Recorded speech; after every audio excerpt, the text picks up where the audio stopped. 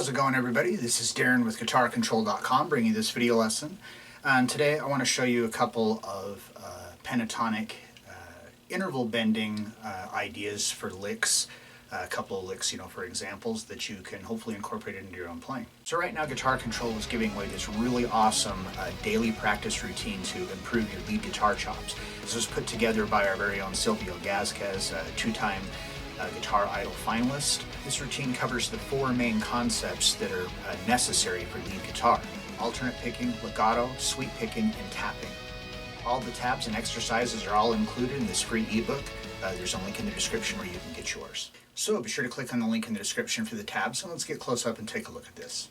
Alright, so you can see on the tabs, staff 1, which is just a single measure. So measure 1 is one idea, and measure 2 is another idea. And they're not in really any particular order, and these are movable. You can move them, since there isn't any open strings, you can move this around into whatever key you want. So this very first one here we're going to look at, we're going to start off with a slide from nowhere to the 13th fret on the G string. So I'm going to use my middle finger to do this, and the reason for that is that the following notes after that is 12 on the B string and then 14 on the B string.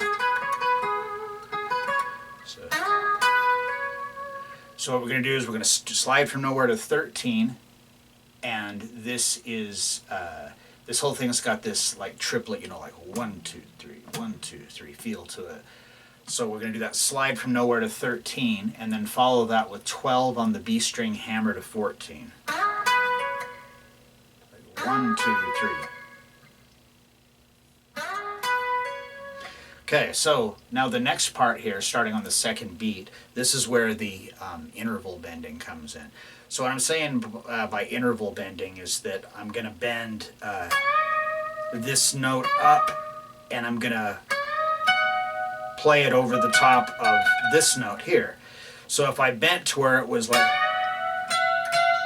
pretty hard to bend that far, but like a unison bend where you're bending to the same pitch. Here we're bending, because we get that cool interval, you can make some really neat sound stuff. It kind of emulates, like you hear in country music, it's kind of emulate that pedal steel sound.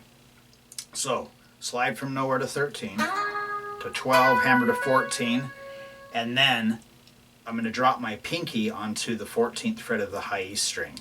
So I've still got my third finger on the 14th fret of the B string, but you want to keep your first and second fingers down here too, so that it's easier to bend. You get all three fingers to give you the leverage to bend easier.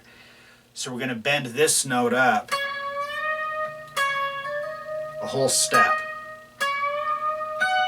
So what we're trying to get is like that minor third sound there. So how I've got it written on here, and this is just for an idea, so it's like 1, 2, 3.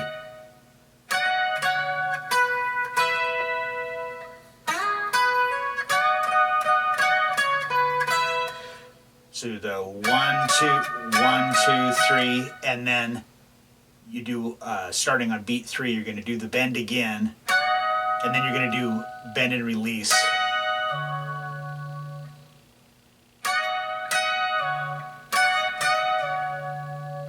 Then 12th fret on the B string with your first finger, and then just let it roll up to get both the B and high strings together.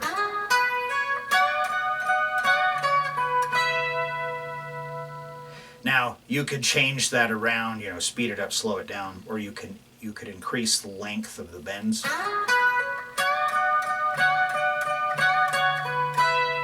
Whatever you need to do to kind of make it fit whatever you're playing over.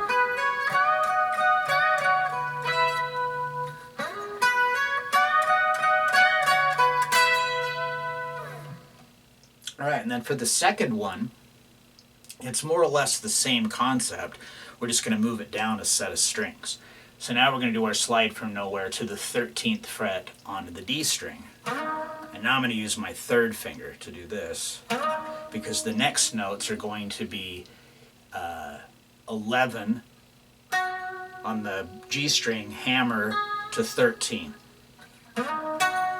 So here we had, and now we've got, now for the bend on this one, we're going to bend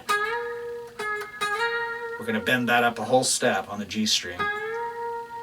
But then we're going to be, the note we're going to be playing it over is here on the 14th fret of the B string with my pinky. So same concept of on the other one. The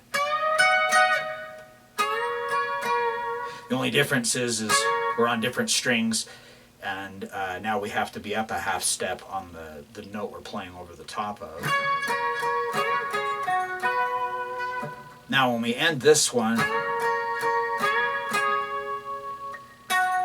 we have this 11th fret here on the G string, and instead of going to 11th fret on the B string, we're going to go to the 12th. So we're getting that same 4th interval that we got here, but it's just because the B string is tuned a half step lower than the other string, so you always have to compensate for that. Whoops. So same thing, you can elongate it.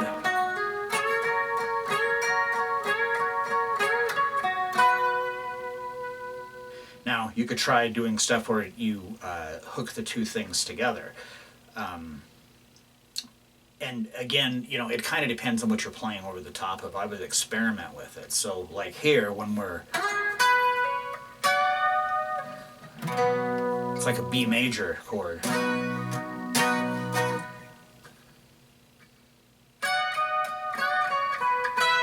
And then we go to like an E. So if we were like,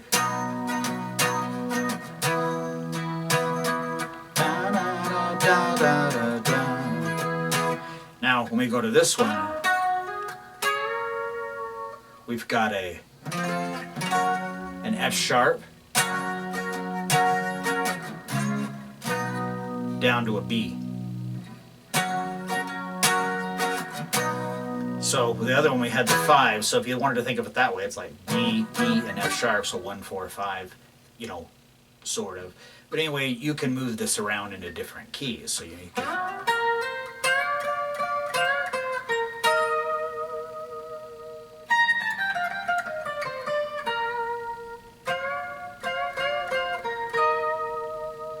wherever you want to do it.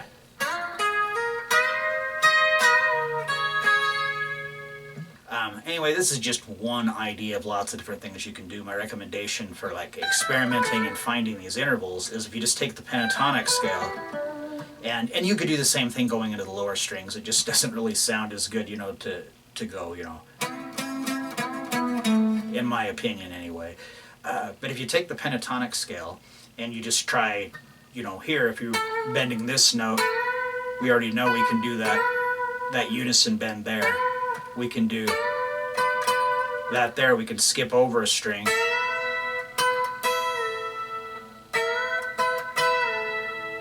So in that case, you have to hybrid pick, but that, you know, that could be a subject for a whole other video.